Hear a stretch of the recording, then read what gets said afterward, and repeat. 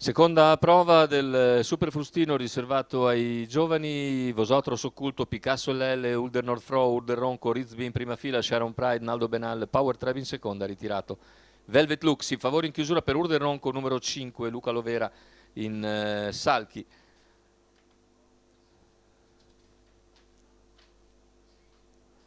Partiti in questo momento con Urder Ronco che va davanti davvero in poche battute, Rizvi veloce all'esterno, alla corda c'è Picasso LL che cerca di chiudere il buco. Rizvi insiste all'esterno, cerca di scavarsi posto fra Urder Ronco e Picasso LL, operazione che per il momento non riesce. I primi 200 se ne vanno in 14,3. Numero Allora 1 Vosotros squalificato. insiste ancora Rizvi. Numero 2 Rientra Occulto al suo squalificato. interno Picasso LL e quindi 400 in 28,5 per Urder Ronco, Rizvi all'esterno. È stato squalificato Vosotros e vediamo intanto la progressione dopo i primi 600 di gara del numero 9 Power Trap. Power Trap va direttamente in schiena a Rizvi, che ora naturalmente è riuscito anzi ad accodarsi in seconda posizione dopo 800 metri in 58,4. Però c'è veramente un primo giro al fulmicotone con Urder Ronco che comanda, Rizvi in seconda posizione, in terza c'è sempre Picasso LL, percorsi esterne si impegnano Power Trap, quindi Sharon Pride, cerca di venire via anche Naldo Benal.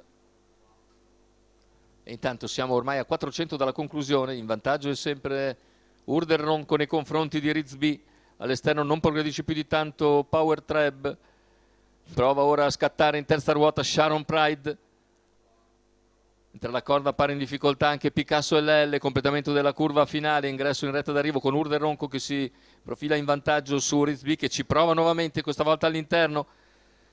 Ma Urder Ronco si difende, anzi allunga nel finale, vince bene bene con Luca Lovera. La seconda prova, il secondo posto è per il numero 6 Rizvi che corre davvero molto bene. Comunque al terzo ancora Picasso LL e c'è 1,14 netto per la media finale.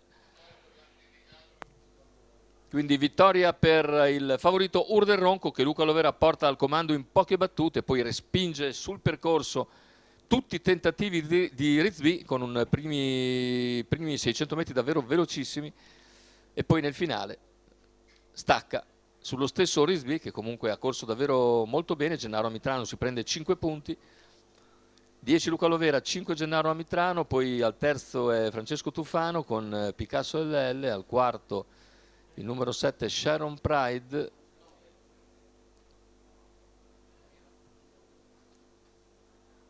e con Crescenzo Maione, e al quinto dovrebbe essere ancora Power Trap con Edoardo Locisano.